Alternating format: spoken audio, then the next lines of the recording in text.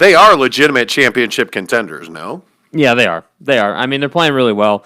And there's a lot of factors that could really potentially help them depending on what happens in the postseason. You look at the Anthony Davis situation, which we'll get into more a little later, but if he's not healthy and the Lakers lose him, that totally changes the dynamic of the Lakers, and I think kind of creates this situation where the Jazz really do have a much more realistic way of getting to the finals. That certainly helps them. But I think overall, when you're getting 40 from Jordan Clarkson, life is pretty good.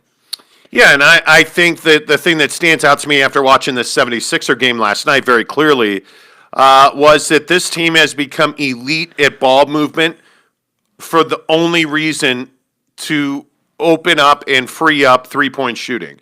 That is very clearly, and Quinn Snyder's talked about this. This isn't groundbreaking. Their only goal is to shoot as many threes as possible in a game. And when you're routinely making 20 to 25 three-pointers in a game, you're going to be very difficult to beat. When you're routinely shooting 40% from three as a team, you're going to be very difficult to beat. I don't know that they can continue to shoot this well. A lot of people are excited about what Jordan Clarkson's doing. I look at Jordan and I say to myself, hey, this is great, but all he does is shoot. That's it. This is a guy who has one job, come in and put the ball in the bucket. He does not pass. He does not run offense. When the ball gets in his hand, it usually is going up. And last night, that was great. I mean, he shot the lights out. I think he made 8 3-pointers last night, scored 40 points. It was a really nice win over the Philadelphia 76ers. And by the way, I don't care if Joel Embiid played or not. Yeah. That was a really nice win over a really good 76er team. Now, here's the problem, of course. You gave up 123 points to a shorthanded Sixer team. Yeah. And at one point, you were down 14, 15 points in that game. And I think, again, not to pick on Rudy Gobert every single chance we get, but again, this is what we talked about matchup-wise, and it pissed off so many Jazz fans. But when you look at how the Sixers attacked the Jazz early, it was Ben Simmons going right at Rudy Gobert. Yeah, and I think that was a smart tactic by the 76ers. Ben Simmons is 6'10". He is hugely athletic. He can finish. He's strong. And so, when you take a guy like Ben Simmons and you run him at Rudy Gobert, that's going to be a really interesting matchup. I think Rudy, at the rim, I think Rudy wins that matchup a decent amount of time. But any other, you start stepping away from the rim, that's Ben Simmons all day. And so I just think that last night was a good example of how, Rudy Gobert in playing against teams like the 76ers, when there's not another big on the floor that he can match up with, it's a really awkward thing for him, because at the end of the day on defense, he's essentially just guarding space. He doesn't really have a guy that he's necessarily attached to. And so, I've often pondered why teams don't go after Rudy more early in the game the way the 76ers did. Why would you not try to get Rudy Gobert into foul trouble early if you're playing the Jazz? Because you understand if you're playing the Jazz, that Rudy Gobert is a huge part of what they do defensively. So if he's not there, your life is going to be, way easier than if Rudy is there. So, yeah, I liked what the 76ers did to Rudy. At the same time, I think it's going to be really difficult to beat any team in the league who's going to shoot the three at the high percentage that the Jazz are shooting it at. That's going to be really difficult to deal with. Yeah, and I also think that last night was a great example of how the three ball can keep you in a game. I mean, if they're not making those threes in the first half, they're probably down 25 points. You can't trade baskets with a team like the Sixers and think you're going to win. Jordan Clarkson, Donovan Mitchell, Bogdanovich, you can go up and down that roster. They were making threes last night, especially in the first half. Now, Clarkson, again, got really hot, whatever. The three ball kept him in that game, and then the three ball broke the spirit of the Philadelphia 76ers. Now, there was a point in the fourth quarter where Jake was feverishly texting me, the Jazz are going to fuck around and lose this game. They were trying. They were turning it Excuse over. my 5, 6 minutes left in the game. What were we doing? We were turning the ball over. At what point the Sixers got it down to like 3, I think. Like, it got really close. It got tight. And that game was never in question. Well, that's your opinion. I don't think we can say that it was never in question. I think when you're down by 3 on the road and you got the talent that the 76ers have, they're in that game. But it was very clear that the Jazz were in control of that game. Even when it was down to 3 points and 5 points, it was like the Jazz are not – it's not accurate to say they weren't in danger of losing the game. I never felt like they were going to lose that game in the second half. And I think that's because they were just better than the Sixers, especially in the third quarter, which has been the Jazz best quarter all season. I think we've seen that. But I think the question that you have to ask yourself is, are the Utah Jazz now favorites to win the NBA championship? And I don't know how you don't say they are, Jake. Well, favorites. I mean, so you're saying in the Western Conference that they're the team that you would pick to go to the finals? Yeah, because I think we're going to talk about this injury to Anthony Davis. I think it is substantial, and I don't think that there's a trade out there that's going to fix what ails the Lakers without Anthony Davis. And my feeling is the Jazz are better than the Clippers straight up. Everybody's healthy. That's a great 7-game series. So let's move the Lakers down and move the Clippers up. Because the Jazz are 2 games clear of the Lakers in the West. You you saw the Clippers get a great win without Kawhi and PG last night. Right. I just feel like the Clippers are now the second best team in the West because Anthony Davis is injured. And, I think in a 7-game series, I would probably favor the Jazz.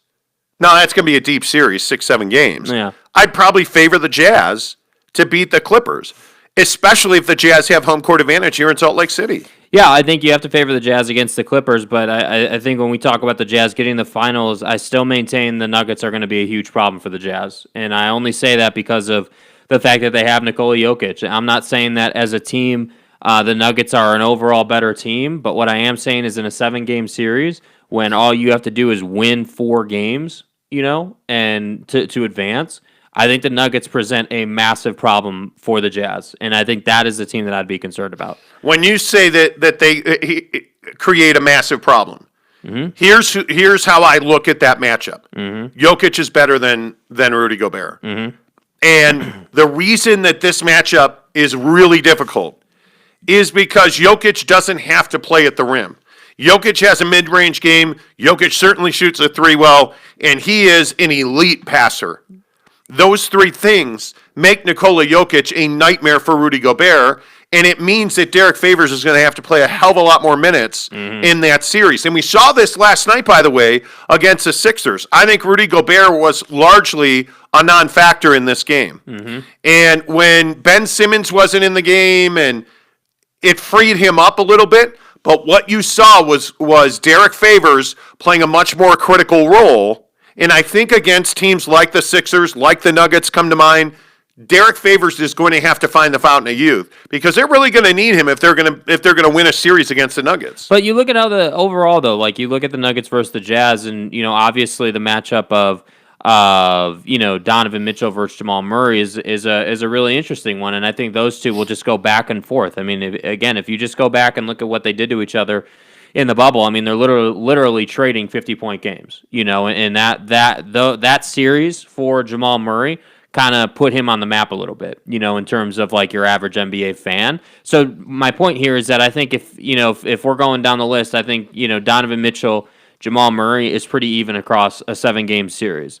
My question is really going to be, can Bogdanovich and Joe Ingles step up in a postseason series and perform at the level they're performing now? Can those 2 guys shoot it at the same level they are now in a big postseason game with your season on the line? And I think they can. They're certainly talented enough, but it just begs a question because the Jazz have not been in that position in the last several years where, they're the 1 or the 2 seed and they're playing that 4 or 5 seed. They've traditionally been the 4 or 5 seed climbing the ladder, trying to get to the finals. And so I think that that's just a different position to be in. And I agree with you. I think the home court advantage thing, even if it is only 3,000 fans last night, it's still a huge deal. You still want to be at home on your court in your environment. So are they a favorite to win the title? I think if they're not there yet, they're just about there. Say it. Yeah, I mean, they're just about there. Say it. You're not going to get me to say that they're a favorite in the NBA to win the finals. I'm not. How are you not going to say that? Because they have not shown that they can do it in the postseason yet. Wow. That's the last leg that they have to climb. Well, I mean, yeah, obviously, but right now today, on February 16th, just 3 days before my beloved birthday, I don't see how. Jake is my birthday, man. Yeah, it's your birthday week. My birthday year, thank you. I don't see how there is another team that you would say is better than the Jazz in the NBA. I don't know who that is. I think, I know I keep riding and dying with the Nuggets too, but I'm telling you that team is capable of beating the Jazz in a 7-game series. Man, And I know that people are going to be like, oh, you're crazy, and that's never going to happen, and do you even watch the game? Yeah, dude, I do watch the game. Yeah, I love that. Like, whoa, 134 subscribers? Really? And you're saying this? Mm-hmm. Yeah, I think the Jazz have some tough matchups. The Lakers against the Jazz when Anthony Davis is 100% is a real difficult matchup. Yeah. Because the Lakers don't play a traditional center. Mm-hmm. And when you look at the fact that Royce O'Neal, was having to guard Scott last night, so that Rudy guarded a guy like, Ben Simmons. And why was Rudy guarding Ben Simmons? Because Ben Simmons doesn't shoot threes, right? I mean, like that's the trouble. Sure, those matchups are out there. The Jazz have shown that they're bulletproof in this winning streak. In this winning streak, they haven't really even been tested. And what they did to Milwaukee, what they've done to the Sixers now, you look at the way that they're winning games, they just keep shooting the basketball. At some point, that comes to an end, though. That is exactly right. That is my biggest fear, is that the Jazz are going to run into a stretch where they shoot 25% from three. What is their, do you have their record pulled up by chance? Aren't they like, I know they're past 20 I think they're 26-5. Yeah. So, we're just past the 30-game point in the season. We're 32 games in or whatever it is. So you've got another 40 to go here. I mean, you're not quite at the halfway point yet. You're approaching it, and I think that the thing that I think that we just have to be careful about is, yes, they're playing really good. Yes, right now they're the best team in the league. Absolutely, no question about it. But here's the thing I think we have to be careful with the Jazz. When you're a team, and there are many teams like this. 23-5, excuse me. 23-5. Okay, so you're 28 games into the season. You're approaching the halfway point of the year. We're coming up on that. But I think the thing you got to be really careful with is when you're a team like the Jazz or any of these other high-flying 3-and-D teams in the league, as soon as that 3 portion goes away and you're just a D team, now all of a sudden you're not the best team in the league. And that's what terrifies me because, again, Donovan and Jordan Clarkson are the only 2 people on that roster who can go out and get theirs whenever they want. They're the only ones that can legitimately create their own basket anytime they want. So when you think about in a 7-game series against the best teams in the West, again, Clippers, Nuggets, Lakers without AD or with AD, either way, they're still a good team. Those teams are going to commit to stopping you from shooting the 3. They're going to do it. And they're going to put a game plan together. And I'm just telling you, what does it look like if this Jazz team isn't shooting 45% from 3? What does it look like if in game 2 of a 7-game series they shoot 20% from 3? They have a bad game. What does that look like? Those are the questions that I'm curious about. Yeah, and I think, again, this comes down to how healthy the Lakers are. Mm-hmm. And let's talk about the Lakers real quick because they still lead the league in BPI, which is ESPN's Power Index, that takes into account how much better your average team is than that your team is than the average NBA team. Power rankings. Yeah. The Lakers are a plus 8.9. Yeah. The Jazz are a 7. You look at some of the efficiency numbers, and the Jazz are incredibly efficient on offense. They're not incredibly efficient on defense. We saw that last night. I look at the Lakers here, and I think the Lakers are still, in my mind, when they're healthy, they're the best team in the NBA. But this is the problem with coming out of a bubble, starting the season on Christmas, having 20-something days off before training camp started. At some point, you're going to hit the wall. And when you play as deep and as long as the Lakers played last year, this is what happens. And if you didn't hear the news, Anthony Davis is out at least until March 11th, which is his next evaluation date. so it'll be beyond that, with a calf strain. And much like calf strains on Achilles tendons are like forearm strains in a pitcher. Yeah. When you hear forearm strain, they're eventually going to have Tommy John surgery. They're going to have Tommy John surgery. You listen to the words calf strain when somebody has an Achilles injury. Think about Kevin Durant last year or 2 years ago when he got hurt in the finals. And they were talking about how, this is just a calf strain. He can play through it. And what happened? He tore his Achilles tendon. Because it's not that the calf is the injury. It is the weakness in that Achilles tendon. And that's what Anthony Davis is battling, a calf strain that is leading to significant weakness in his Achilles tendon. And if I'm the Lakers, I'm not playing him again until that Achilles is as close to 100% as humanly possible. And if that means he sits out the rest of the year, he sits out the rest of the year. Because you're not in this for this year. You're in this for the next 3 to 5 years. You're in this while LeBron is in his prime. So they can go and make an Andre Drummond trade, which is what a lot of people are saying that the Lakers are going to do. Yeah. Andre Drummond's a mediocre player at best. And if you don't know this, he is no longer playing for the Cleveland Cavaliers. They essentially sent him home while they decide if they can trade him, and if they can't find a trade, they're going to buy him out. The Lakers are not going to trade for him. I think they're going to hope that he gets bought out. I think the Lakers would love to have Andre Drummond. Yeah. I don't think that they are necessarily in a place where you're going to give up real assets to get him. Yeah. Right? If he gets bought out by the Cavs, you can bring him in at the veteran minimum. They want to sign him on a 1-year cheap deal. They want to sign him on an end of this year, cheap deal. Yeah. The Lakers, in my opinion, don't have a whole lot of flexibility here just based on their cap and the money they've spent on guys like Trez. And, if you look at what it costs to bring Cantavius back, you look at the way their roster is built, you have obviously 2 max contracts. Mm-hmm. You don't have a whole lot of financial flexibility here. And I don't even know that Andre Drummond, cures what ails you. And I think the big question here for me, at least, is LeBron still in a place as a player where you can absorb an injury in Anthony Davis and then essentially change the way the team plays to account for the fact that you don't have Anthony Davis's athleticism at the 4, sometimes the 5 on the floor with you. I think about past years with LeBron and the teams he's been on. Think about the Cavs series against the Raptors. When he didn't have. Think about the times when Kyrie was hurt, when LeBron was a Cleveland Cavalier, and LeBron essentially just had to carry the team and work with the pieces he had around him.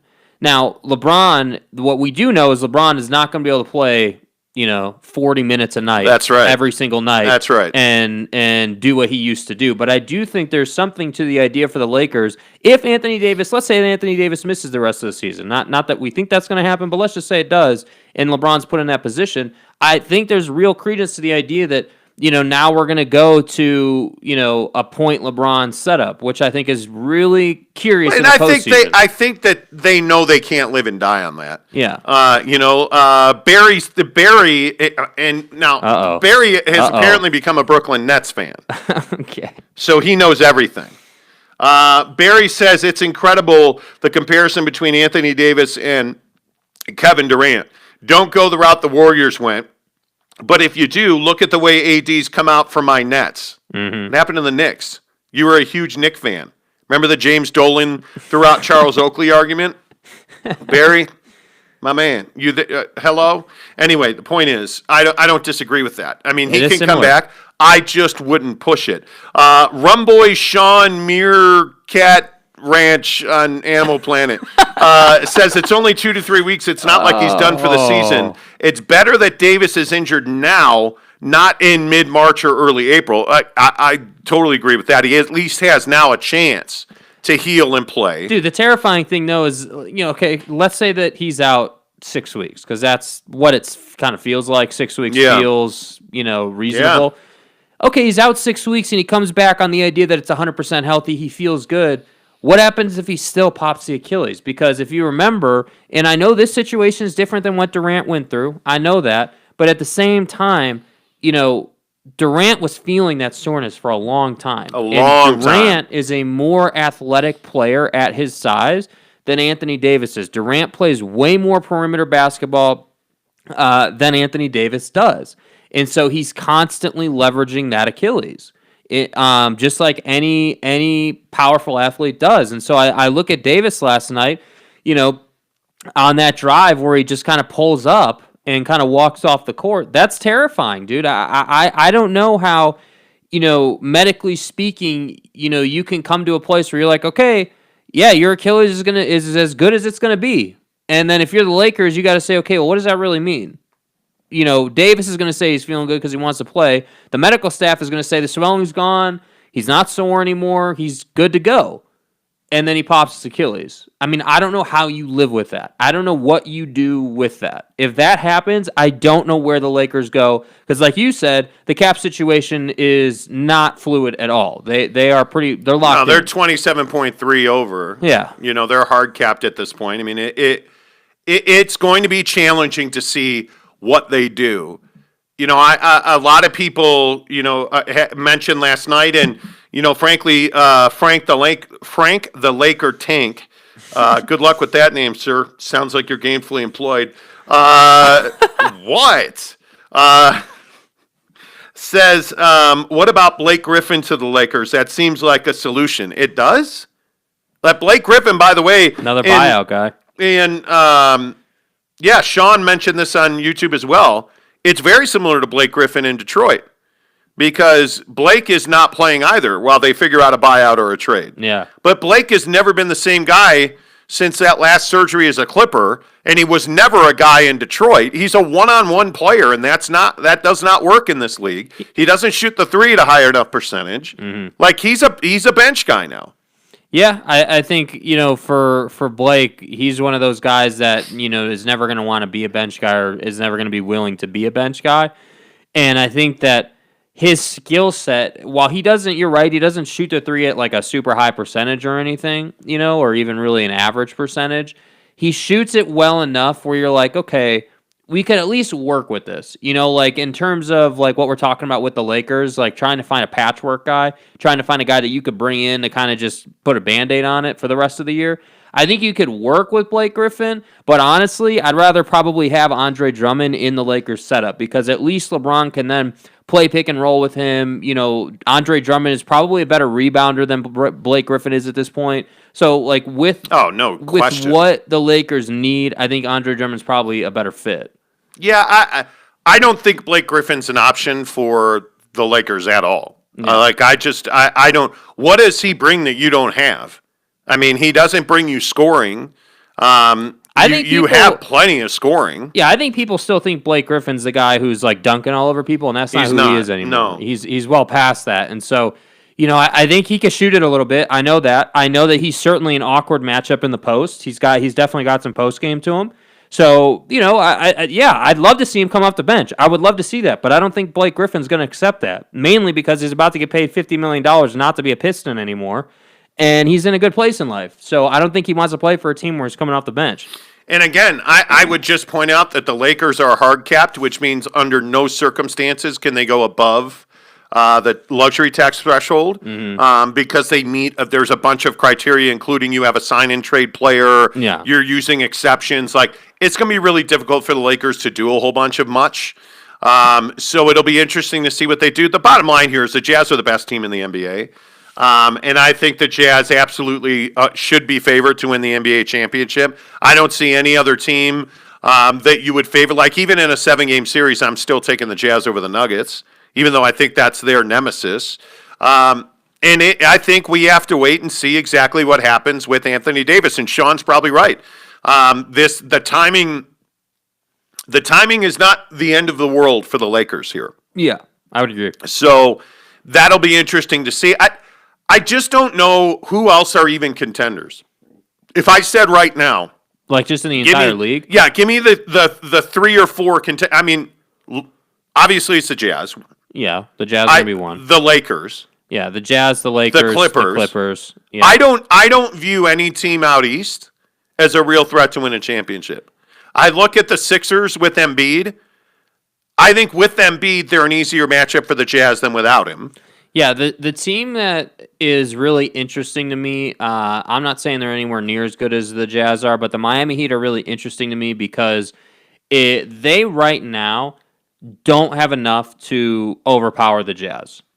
But I think they could be in a place where they have enough if they were to go out and make moves. Guys like last year, guys like Tyler Hero and that bench mob were a Cinderella story, right? This year the league's caught up to Tyler Hero. He hasn't done nearly as much, and so he's kind of going through that. But I look at how they're built. You're essentially built around Jimmy Butler. Yeah. You've got Duncan Robinson. You've got oh my God, I can't remember the guy's name. Yeah, Adebayo. Yeah, Adebayo, and so you've got talent there. You've got matchup issues, and if we were to put the Heat up against the Jazz, there are some matchup issues there. It'd be a really interesting series. But I think in terms of, is there a team in the league that right now today is on the Jazz's level? No, probably not, because the Jazz are super locked in right now, and they're playing really good basketball. Yeah, this is going to be a really fun stretch run. And the trade deadline this year is going to be incredibly important. Obviously, I think the Bucks know they have to make an addition. Mm-hmm. They have got to find somebody who can reliably shoot that three. And when I say reliably shoot it, I mean in volume. I for the life of me cannot understand how a guy like Giannis can't shoot the basketball. I just don't get it. I don't know. I don't know. You're literally talking about, and this applies to every sport. If you're a professional athlete, you have everything at your disposal to learn a new skill, right? Like you've got people who will literally, and this was the greatness of Kobe, right? Anytime, anywhere you want to practice, correct, you've got guys that'll go out there and practice with you. Yes. So to me, like for Giannis, he's got to get that done. Like that's got to get taken care of. But he's shown no ability. Some guys just don't have the ability to do it. I mean, if you Ben Simmons, how is Ben Simmons? I just love the fact that Ben Simmons in the pregame is shooting like a ton of threes, and then he just doesn't shoot threes in the game. Yeah, he just won't do it. I don't understand that. And I think when you look around the league, there's only one guy that every championship team should be going after. Mm-hmm. And his name is Bradley Beal. Mm-hmm. You have a month and a half until the deadline. At this point, how are you not all over the Washington Wizards trying to get that deal done? Yeah, that would be, if the Lakers found a way to get Bradley Beal, that would be trouble. That'd be real trouble. That's not going to happen. I still maintain, and I will say this until he gets traded somewhere else. If the Jazz are not on Bradley Beal, what are you doing? Why you wouldn't be? What are you doing? I look at the Milwaukee Bucks. I look at, the Miami Heat. The Miami Heat. Absolutely. Bradley Beal on the Miami Heat would totally change their team. That now becomes an NBA championship team. Yeah. They are that one piece away so that you're not relying on Duncan Robinson. If you put Bradley Beal, look at the relationship between Washington and Houston. Mm-hmm. You put Bradley Beal on Houston with John Wall, forget it. They're gonna win a significant amount of games to finish. They won't, but if you look at the teams that really need him, if you traded Ben Simmons for Bradley Beal, you're probably not better off. Nope. Okay, so rule out the Sixers. Yeah. But if I look at I want to say the Knicks with Bradley Beal, but what are you going to give up to get Bradley Beal from them? Because you're getting an all-world season out of Julius Randle. Yeah. Right? It's impressive. If you are the Brooklyn Nets, you are, in my opinion, flawed chemistry-wise. Mm-hmm. That's the team that when we talk about championship contenders, that I want more from. I want more from the Brooklyn Nets. But, again, we're looking at this situation where when one of them is out of the lineup, the other two do much better. They're better. They're a better team. Right? And now, without Kevin Durant, we saw the Brooklyn Nets last night play really good basketball. Yeah. And we saw it because who's the man in charge of that team? It is James Harden. And when it's his team, I'm telling you, the Brooklyn Nets are better. I give James Harden a ton of credit. I go back and think about the process he went through to claw his way out of Houston, whether it was faking that he put on 20 pounds or whatever he did to look fat so that would encourage them to trade him. Wow. And then he gets traded, and all of a sudden the guy's just putting up triple doubles, and he's not working hard to do it. Last night I think he's like 30, 12, and 15 or something. He's just playing the game. And, with Kyrie putting up 40, a lot of those are Harden assists. And so I just think that I would rather have Harden and Kevin Durant than Harden and Kyrie. But at the end of the day, it's a great problem to have if you're the Brooklyn Nets. And by the way, it should be said, this whole thing with Kevin Durant, in the same breath, whether you're talking injury or COVID or whatever the case may be, whatever the reason is that you're not playing outside of going to COVID parties when you shouldn't, Kyrie, Kevin Durant's resting. Kevin Durant's just resting on top of the fact that he's been out for like 12 months. So when they get to the postseason, because they will, you can't tell me that Kevin Durant's not going to be full steam ahead, 40 points a game, just dominating you in the postseason because he's got healthy legs under him. And I think if you're the Brooklyn Nets and you're that front office, that's what you're excited about in terms of this team right now. And the other team that's really interesting to me on Bradley Beal is the Dallas Mavericks. And I think the Mavericks are players for Andre Drummond and for Bradley Beal. And I think if you added Bradley Beal to the Dallas Mavericks, that clearly makes Luka better. Yeah. Now you can play, and I think if you added Andre Drummond, you can play Kristaps Porzingis full time at that 3-4 hybrid spot where he really should be. And if you put Luka, Beal, and Porzingis on the floor together with Drummond at the center, that's a really formidable lineup. Yeah, and I think Porzingis has really come along with his development. I think it took him longer to get his game back than people thought. And I think that's why they struggled so much. That's why they got their ass handed to him by the Jazz, when they went back-to-back with the Jazz. And, they had a rough streak. It was a rough 12, 15-game streak for them, man. They got kicked in the balls. But, now they've come back. Now Luka's playing better. I think Porzingis is playing a lot better. And for them, I would want Beal. I wouldn't be so, for the Mavericks, I wouldn't be so high on Drummond with that setup just because I think, Porzingis has so much flexibility that you want to be able to do a lot of different things with him. But Bradley Beal and Luka Doncic would be a phenomenal team. Yeah, look, I think if you are the Dallas Mavericks, you need Andre Drummond. Mm-hmm. They need this conference is too tough. You need somebody that can rebound. It's look at what Rudy Gobert brings to the Jazz. He is a zero offensively in the half court. But boy, does he clean up offensive rebounds. Yeah, and it gets them. It really, again, just to quickly revisit that whole 7-game series conversation we were having, that's one of the biggest things that Rudy helps them with because they shoot so many threes. A lot of teams who shoot threes but don't have the big give up a ton of points in transition. Yes. But because they have Rudy, he slows that process down because he cleans up a lot of that, as you were saying. So I don't know. I've never been a big Rudy guy. At the same time, I think he has a lot of purpose on this specific team. Now, if you were to go and throw him on just some random-ass team, I don't think he would have got his $200 million contract. I think it would be a completely different situation. But this team, he's carved out a niche for himself in a role, and I think you got to give him credit for that. Yeah, I'm really fascinated by this Bradley Beal thing because watching him, he just looks unhappy. Yeah. Like the guy's going to win the scoring championship. He's on a mission. There's no doubt. But he looks really unhappy in Washington, and I get it. They suck. They're not good. How could you be happy? You play for an awful team. Right, but they should be better. They're losing games that they're in a position to win. And I love that he's a competitor. Mm-hmm. I do. If I am telling you now, if Dallas gets him, look out. Yeah. Because somebody's going to get a motivated player. He's not finishing the season as a Washington Wizard. There's no way. You can't. If you're the Wizards, there is no way that you are going to keep Bradley Beal and not play the young players that you have and need to develop. And it's time to. You've moved on from John Wall. It's time to move on from Bradley Beal. I don't know, man. Do you think they trade him? Yes. You're convinced. I just think it would, for the Wizards, it would be dumb not to, because if you're not going to trade Bradley Beal, then what are you really doing with your organization? And this is what we say about a lot of different situations. This is the conversation we had with the Rockets, and when when Harden, was upset with them and they got spoiled, right? That whole relationship got spoiled.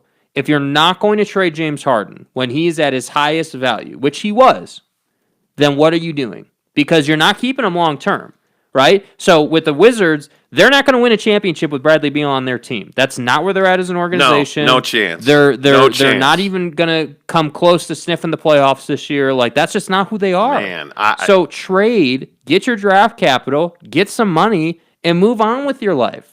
Be good with it. Yep. Will says, I don't see the Jazz ever being that team that makes a trade like you guys are talking about for Bradley Beal. I think you're up in the night with that one. Are the Jazz a team that goes out and... No. They're not going to... If you believe... And this is interesting about the Jazz, though, because if you believe the stigma that nobody's coming to Salt Lake City because there's no soul food here. Well... I mean, if you believe that free agents won't come here, how else do you get guys? Because they have not been good in the draft. Well, I think Will's point here is that the Jazz just... Yeah, they haven't been good in the draft, you're right. But I think Will's point is that, hey, this team never makes trades for big-time players. In fact, they are better at giving away their big-time players than they are going and getting them. See Gordon Hayward situation. So, like, I think, I'd love to see him go and get Beal. Will they actually do it? Is that a high percentage thing that could happen? No, I don't think it is. I don't think the Jazz are going to be super aggressive. I'll tell you, last night, the new owner of the Jazz did an interview on TV, and I liked what he had to say. I like him. He's younger. I think, he has an opportunity here. But just because you sound good in an interview doesn't mean that you're actually good at basketballing. And I think, we need to see what he's capable of. Well, and I also think that this is a franchise that has a front office that's used to doing what they want to do. I mean, with all due respect to Gail Miller, she was never really hands-on. Yeah. She has hired really good basketball people, and she let them do their job. Now, does Ryan Smith allow them to do the same thing? I don't know. That's a very interesting question. But if I'm the Jazz, and I'm not trying to be a jerk about this, when have the Jazz ever been in this position in the last decade? Dude, you gotta put your foot on the gas and go get it done. Dude, if you can't realize that you're in a position to win a championship for the first time in probably a decade, at least, probably the first time since the heyday, you're just not paying attention. I mean, you're sitting at the game, but you're too busy on Twitter or Instagram or Clubhouse. You're not actually watching the game and paying attention as an owner. And so that's why I say, Will, I don't disagree with you, man. The Jazz, are not a free agency landing spot. They're not. They're never going to be. But they should be. They should go and get Bradley Beal. That's what they should do. They should. They should go get it. They should go get Donovan a legitimate running mate. And I like Bogdanovich. The guys on this team that I'm fine without. Mike Conley. Thank you. Is a take it or leave it. I mean, he's making a lot of money to not play. You tell me the Jazz couldn't use 35 more points a night out of the two-guard position? Come on. Well, even if it's 25 points a night. Because on this team, if Bradley Beal shows up and gives you 25 a night, you're going to win the title. Yeah. I mean, he is the perfect running mate for Donovan Mitchell. Yep. He is bigger. So they do different things. Mm-hmm. Bradley Beal can play with his back to the basket. Bradley Beal's a really good passer. Yeah, he's not selfish at all. I mean, this is a guy in Bradley Beal that makes everybody better, right? He can defend 4 positions. Mm-hmm. But they won't go and get him. It's the logical move, in my opinion. I agree. I'm with you. We're on the same page. But that doesn't mean, again, to Will's point, and I'm sure there's other people, that does not mean that they are actually going to go and get him. If you swap Royce O'Neal and Bradley Beal, if you swap Ben Simmons and Royce O'Neal, mm-hmm. I mean, think about the bodies that you could put in that spot. Yeah, and the thing that we're not saying here that I think is super important is that if you go and get Bradley Beal, that basically cures your Rudy Gobert problem offensively. Oh, absolutely. Then we don't have to talk about that anymore. Absolutely. Yeah. Sean says, do the Clippers need another star to really compete? I mean, they lost a 3-1 lead last postseason. I don't think they need another star to compete. They need to learn how to win. Yeah. And it's odd saying that because I can't use the verbiage that I usually use to describe the length of Kawhi Leonard's hands. But is this the dagger? Hey, now. The claw is... Kawhi is a good player. Yeah. He's not a leader. He's not a guy that I think a bunch of other dudes are going to stand behind him and be like, "This is our guy." Yeah. Right. But the problem is, neither is Paul George. No, Paul George is soft. And I look at some of the other pieces on that team. Lou Williams is your sixth man. Patrick Beverley, again, I still think Patrick Beverley's overrated. I look at what they're getting from Zubats, who I think is a nice player. Mm-hmm. He's a first and third quarter player. They could use Andre Drummond. Absolutely, they could. Yeah. Look at what they're getting from Morris right now. Mm-hmm. They're getting legit. They have pieces. They don't have leaders. Yeah. They got a bunch of guys who can play. They don't have a team. That's their biggest problem. Yeah. Right there. And it is so Clipper to put together a bunch of dudes who are amazing but can't win together. Cha-ching, cha-ching, cha-ching. Oh, LeBron went and won the championship. Yeah. Steve Ballmer's got all this money, bro. Well, that's cool. Money will buy you talent. It won't buy you a championship. Yeah. You have to have the right guys together. And I just don't feel like they have that. And I just... They're a great regular season team. They're not a championship Yeah, team. Good luck with that. I look at the cap numbers. I mean, Golden State is $63 million over the cap. And they're not a championship contender. I mean... The Nets, the Sixers, the Clippers, Lakers, Jazz, Bucks, T-Wolves. T-Wolves are 22 over. I'm interested to know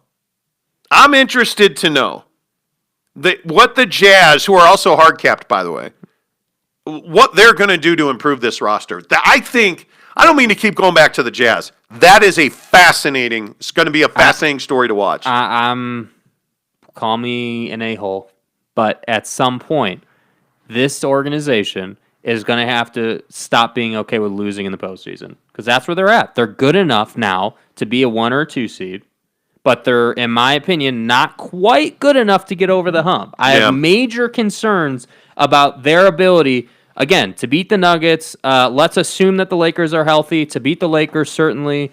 And I'm not trying to be the guy that says that they suck because the Jazz don't suck. They're a really good team. It's just matchups. Your favorite commenter, Ben, says, I'm still not following you guys on YouTube. Great. Thanks. We don't have followers. We don't have followers. We have subscribers. So, subscribe to us on YouTube, please. Well said. It makes a big difference on the channel. Ben says, but you're finally telling the truth about the Jazz. They are championship quality. They don't need to change a thing. Just keep shooting a three. Okay, that's not what I said. What? That's not what I said. What did you say? I didn't say that they don't need to change a thing. I don't know where that came from. Ben is saying they don't need to change a thing. Oh, okay. That they are championship caliber right now. That there is no reason for them to change a thing. I would love to hear the confidence level in the Jazz fans about getting to the finals. Do you think that this team's just going to run through the postseason? I don't think anybody thinks they're going to run through the postseason. But right now, why would you, if you're a Jazz fan, we watch every game. We do.